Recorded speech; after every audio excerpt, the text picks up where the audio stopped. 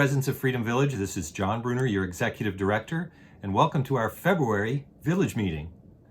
Well, we've been doing so many of these meetings via the television by recording, so we're really looking forward to the month of March as we anticipate opening up so many activities post-vaccination. So we're really looking forward to having the Village meeting and other meetings in the auditorium come March. So there's a lot to look forward to. You're halfway through your vaccinations. We're really excited about the February 20th vaccination date. We'll be putting out a communication about our finalized plans for that Saturday, February 20th vaccination, but we anticipate it running almost the same as the previous vaccination on January 30th. So I hope you're excited. I'm excited. I'll be here all day on Saturday, February 20th, and seeing all of you. So it's going to be a great event. We'll be vaccinating some staff. We'll be vaccinating almost all of our independent living residents. And post-vaccination is the period in time where we're really looking forward to slowly and carefully reopening many activities that we have here at Freedom Village. So today is Wednesday. We just had our meeting with Dr. Ulichny and the rest of our COVID-19 task force. It was a very good meeting. We are optimistic, as I said, that we can open many activities, but we are cautiously optimistic. We talked a little bit about the different variants that have come out, and we're hopeful that the vaccine is protected against those variants, but there's nothing certain yet. So we're going to take a cautious approach when it comes to reopening, and we're going to put out a communication this week, a written communication regarding what specifically we're going to open, but we're going to target it to be March 8th, Monday, March 8th. That'll be exactly 19 days after February 20th's vaccination, and the experts say that within 2 weeks following a vaccination of your second dose, you will have built up the level of immunity to protect you to the extent that the vaccine says it will protect you, which in our case with the Pfizer vaccine is a 95% efficacy rate. But with that uncertainty of how well those vaccines do protect us against different variants of the COVID-19 virus, we are going to not open everything to the extent that we normally would. Clearly, we'll continue to mask and socially distance from each other, focus on our hand hygiene, but we are going to open up a significant amount of our activities and our dining program and other things here at Freedom Village. So stay tuned for that. I'll put out a written communication this week, probably come out on Friday. So we've got a great lineup for our Village meeting today. There's a lot of exciting things happening in our dining area and our resident programs area. A talk from the Scholarship Fund as well as an update from Rick Devaney, our maintenance director. So I hope you enjoy the program. Look forward to seeing you again in person live soon for a future talk. Hello residents, Rick Devaney, Director of Maintenance. I'd like to talk a little bit about snow. So the snow this year has been far worse than the last 2 years, but hopefully you're satisfied with Brightview's work to keep up with it, and there is more to come. Please let me know if you do have any issues so I can address them. Also, the shuffleboard table is now in the billiards room. Martha has a video that will follow that she'll show you the new table. It looks very nice, and hopefully all of you will start to use it.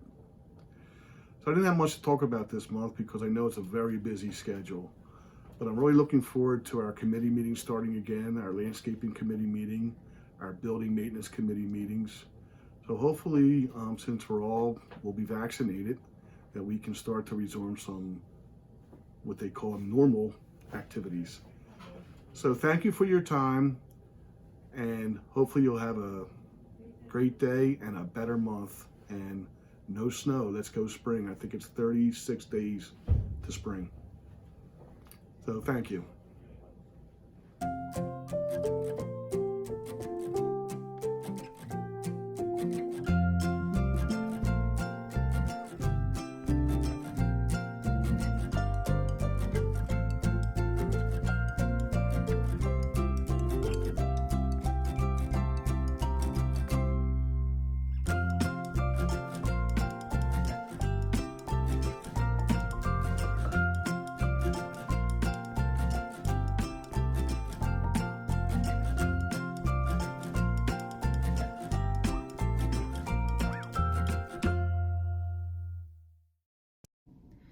Well, I hope you are all as excited about our new shuffleboard table as I am.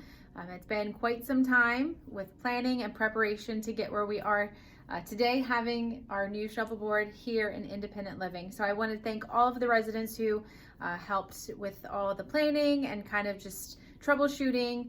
And now we're here and we have it for our Independent Living residents.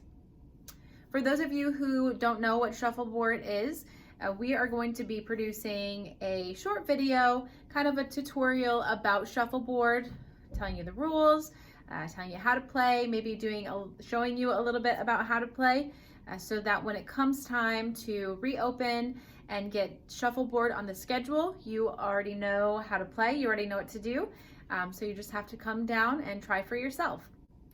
I am working with a group of residents now to get shuffleboard on the schedule, and we are so excited about that. So stay tuned for more details about when we're going to be scheduling shuffleboard. We will have some designated time. You are more than welcome to come and play throughout the day. We will have some rules for the shuffleboard just so that we can keep it looking as nice as it does now. So stay tuned again for details about that. But I am so excited. And we also wanted to remind those of you who signed up for your cocktails to make sure that you stop by tomorrow on Friday to pick those up. We will be playing the video on Valentine's Day at 6 p.m. for you to make your cocktail and enjoy those in your condo. And I hope some of you are planning to stop down today to fill out some Valentine's candygrams for some of your neighbors here in Independent Living or some of the employees that work here at the community. There's a limit to 3 per person, so stop by. We have all the supplies that you're gonna need. So all you need to do is fill out your Valentine and then we will deliver it on Friday. If you have any questions, please give us a call. Stop by the office. We're in Condo 260, right outside the elevators on the 2nd floor. All right, talk to you soon. Bye-bye. Hello, everyone. Good to be in front of you today and talk a little bit about what's happening in February. First off, I would like to say that we have our new Smile Carts, and tomorrow our feature is going to be Bavarian style pretzels with green mustard and Dijon mustard, of course. Also, I would like to have you celebrate Chinese New Year with us. On Friday, I'm featuring a special menu to celebrate Chinese New Year, the Year of the Yaks. Thank you, Mrs. Ching, for the education, I should say, on the Year of the Yaks. It will be some of our favorite Asian dishes coming, to celebrate that day. Also, you will see in your menu basket your Sunday menu, which is Valentine's Day. I put those menus in your basket for you guys to order your selections early because there's Chateaubriand on there and there's salmon en croûte. And those 2 items, I need to reassure that I can get those items for you to prepare that day. So I'm asking everyone to place their order as soon as they can and get it back to me no later than Thursday. Thank you. Hopefully I will see everyone soon in the dining rooms. From what I understand, March looks like when we're going to start and have some type of minimal capacity in the dining rooms. Once again, thank you all. Look forward to seeing you soon. Bye. Hi, this is Heidi at the PS Salon. We're waiting for Friday. We're going to be doing our winter warm-up inside and outside of the salon. You can come by and grab a cupcake and a hot chocolate. We're having it from 3 to 5 in the evening. And we will have complimentary paraffins inside the salon by appointment only. If you can sign up in the in-house book. We are happy to introduce Shayna. She'll be here starting next week. We're training her. She'll be doing manicures, pedicures, acrylics, gel nails, and also be able to lengthen your nails as well. We are also still taking appointments. We're still open. We are here for Barbershop Mondays. We have Allie here. We also have Allie here on Fridays if you want to call and schedule your appointment. I'm looking forward to seeing you guys this Friday for the winter warm-up. Hello there, everyone. And I am currently Vice President of the Freedom Village Scholarship Fund Incorporated. As you may know, we are in our 3-month window, which is from January, February, and March, of campaigning for our tax-deductible scholarship fund drive. Last month, Ed Ferrari presented the history of the fund. I want you to know that every year that the fund has been in existence, many of the candidates, the recipients, have been women and men who've been interested in pursuing health careers, particularly nursing. Having practiced as an RN myself for over 35 years, and 20 of those were spent in nursing education, I have a special thrill in interviewing our candidates and encouraging them as they try to pursue this very noble profession. Today, I have 3 of our current employees who are enrolled in one track or another on the road to an associate's degree, a bachelor's degree in nursing, or possibly a career in public health. Familiar to most of you is Jackie Pitcher, currently Health and Wellness Director in our personal care side, or the Gardens. She's enrolled at the Pennsylvania College of Health Sciences. We have Sarah Sherman, who is our Resident Programs Assistant in Independent Living, and she's enrolled in the RN program at Delaware Community College. Also, we have Bemlak Abraham from our Dining Services Department. She's enrolled at Westchester University, where she is currently as a public health major and thinking of adding political science to that. As a one-time director of nursing in a college in upstate New York, I used to interview all prospective candidates why they were interested in this demanding and challenging field. And so, my friends, I'm about to ask you to tell our viewers where you are in your personal pursuit and what has motivated you to go in this direction. So, Jackie, I'm asking you first, what was your motivation to pursue this particular health career, and where are you in your long-term pursuit at this point? Okay, well, Marilyn, I'm a habitual student that's just going to continue on forever because I love to learn.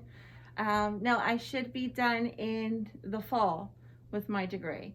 I was only able to take one class because of my new role as the director over in the Gardens, which I'm loving, but it takes a lot more time. So it took some time away from school. However, I am doing my clinicals, which I'm very excited about. I get to see a lot of awesome things when I'm working at the hospitals, but I plan to be done by the fall. Unfortunately, they don't do summer classes.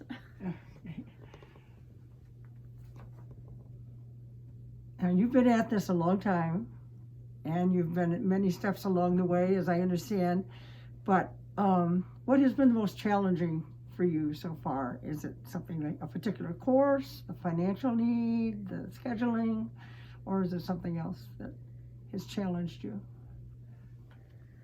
Marilyn, being a nurse, I know that you can appreciate the most challenging part is finding time during the day to eat and use the restroom. But outside of that, nursing nursing school is in the Guinness Book of World Records as the most difficult program to be able to complete. It's very vigorous. So working and going to school and having a family is very, very time consuming. So there's little time for sleep. I wouldn't trade it for the world, but I do advise those who are able to complete the program earlier in their years to do so. It's very rewarding, but very difficult and time consuming. Good answer there. And I worked in a community college for 20 years, and almost every single student of the 2,000 that I taught was a person with the type of challenges you're talking about. It was a second career for many of them. And so what you're identifying is very, very real with many people. You did mention that you're enjoying the clinical aspect that you're having. Could you share something with us that has been special for you? Well, obviously when I've been working here for the past 6 years, so I've been around the elder population. Being in the hospital and clinical settings allows me to go through many different generations, seeing some of the new medical advances that are out there as far as the hospital and things that are up and coming. I really enjoy learning, so being able to see a lot of the new technology that's out there, and especially for educating, because educating is a passion of mine, to educate the upcoming generations. So I really find it fascinating and rewarding to be able to experience a lot of the new technology. That's great. That's great. And just one final question. Where, and I think I know what the answer to this is, where do you see yourself long term? On a vacation in Fiji.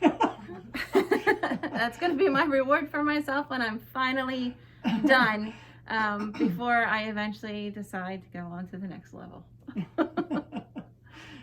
But once I'm done, I'm going to step back and I'm going to relish a little bit. My daughter's graduating from nursing school. I'm very proud of her for that. She'll be done in March, so I'll step back, watch her as she starts to advance in her career, take a little bit of a break and vacation, and probably ultimately go back for more. Okay.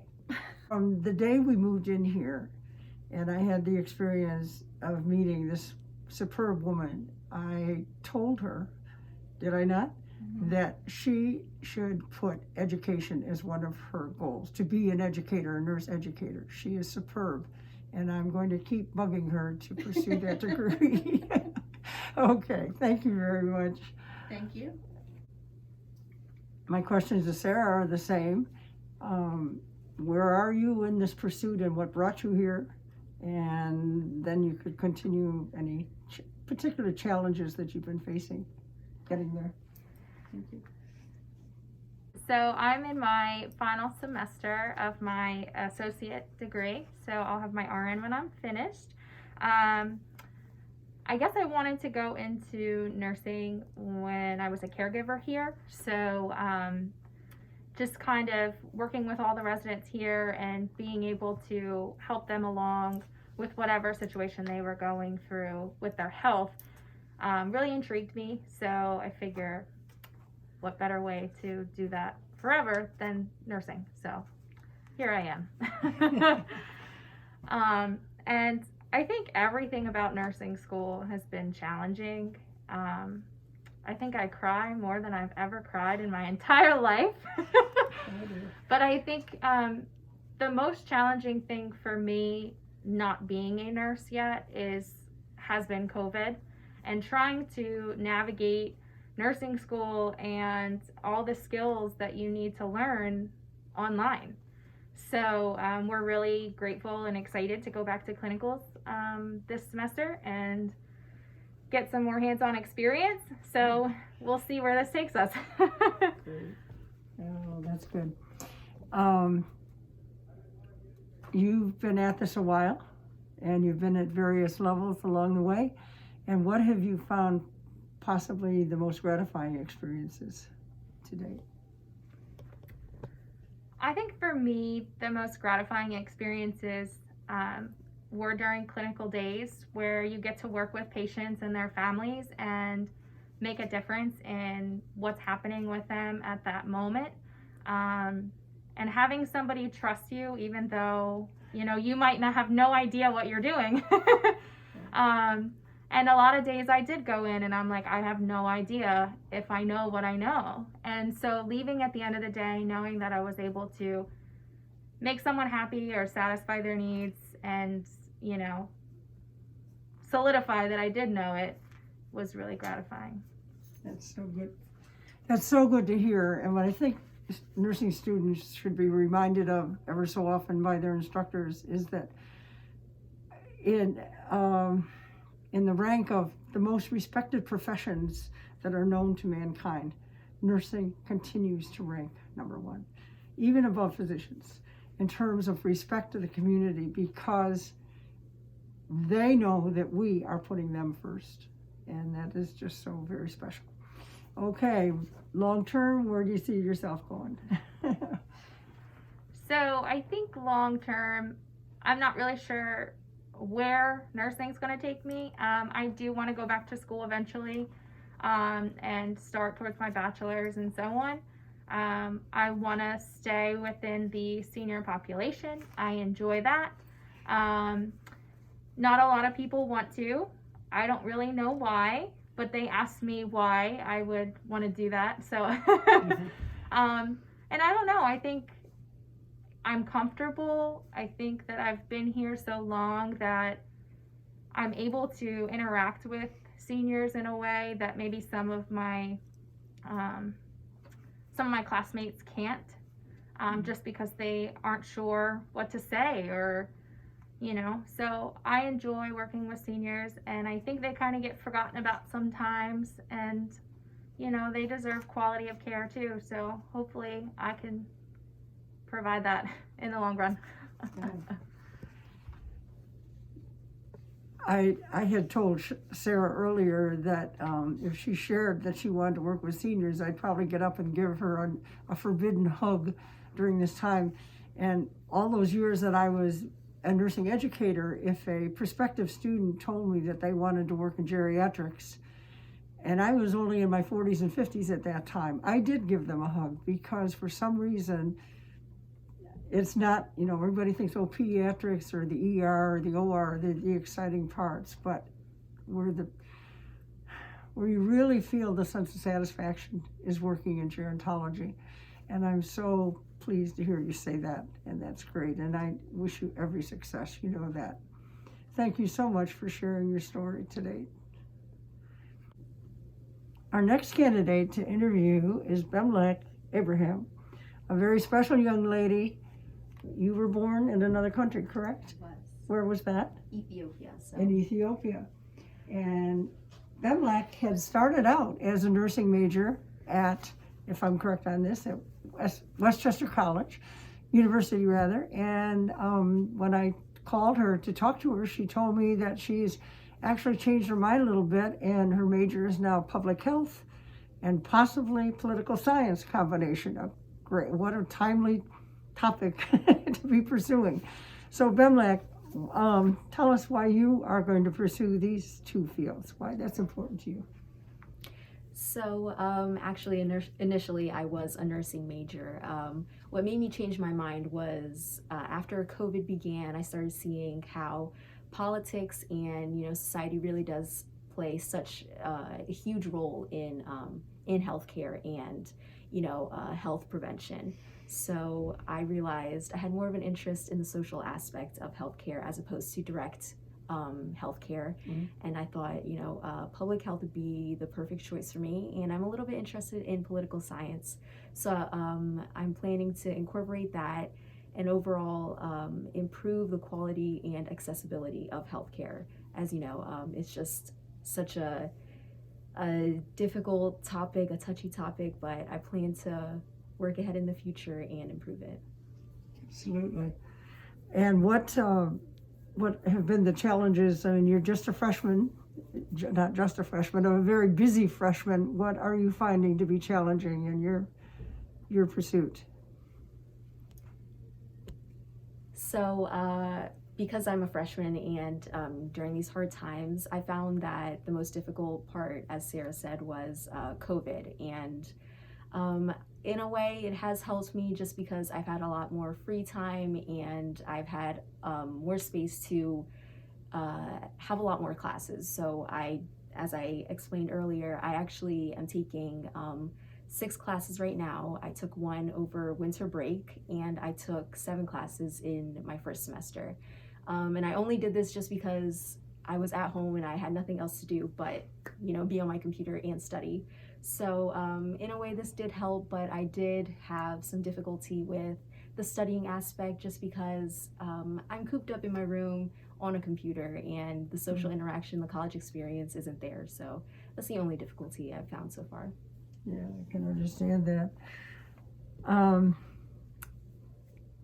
the courses that you're taking, has something really excited you in one of those that has made you make this transition? Is that?